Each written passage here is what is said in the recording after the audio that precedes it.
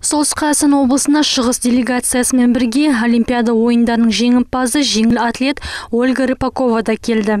Ол қаланың біраз спорт объектілері мен нысандарын аралап, қала спортшыларымен кездесті.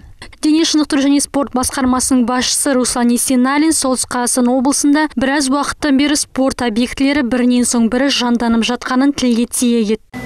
Значимым достижением Соңғы 2 жылда Солтүстік Қазақстан облысында үздік спорт объектілері құрылып, қалпына келтірілді. Ол тұрғындардың жаттығуына және біздің атлеттердің кәсіби жаттығулармен айналысуына арналған облысымыздағы спорт алаңдарының жетіспеушілігін азайтты. Бүгінгі күні Солтүстік Қазақстан облысында дене шынықтыру және спортпен айналысуға арналған 2742 спорттық құрылыстар қызмет етеді. Біз соңғы 2 жылда 5 спорттық клуб аштық. Ольга Рыпакова Александр Винокуров атындағы спорт сарайын көріп, оның бүгінгі жастарға арналған зор мүмкіндік екенін айтты. Себебі спорт сарайында спортшыларға қажетті барлық жағдай жасалған.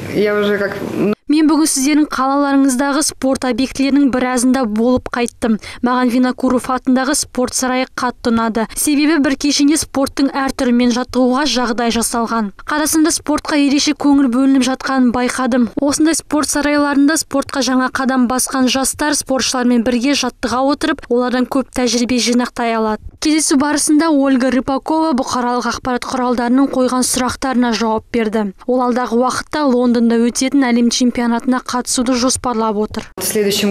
Келесі жылдың тамыз айында әлем чемпионаты Лондонда өтеді. Мен қазір сол чемпионатқа қатысуды жоспарлап отырмын. Жақсы нәтиже көрсетуге тырысам. Сосын тағы бір айтарым, Азия ойындарына қатысу жоспарда бар. Әрине Токиоға да барғым келеді. Солтүстік Қазақстан облысында өңір басшысы Ерік Сұлтановтың бастамасымен соңғы 2 жылда 213 футбол және шағын футбол, 192 хоккей корты тұрғызылды. Мұндай жұмыстар Солтүстік Қазақстан облысында жүйелі түрде дене шынықтыру және спортпен айналысушылардың санын 29,1%-ға көбейткен.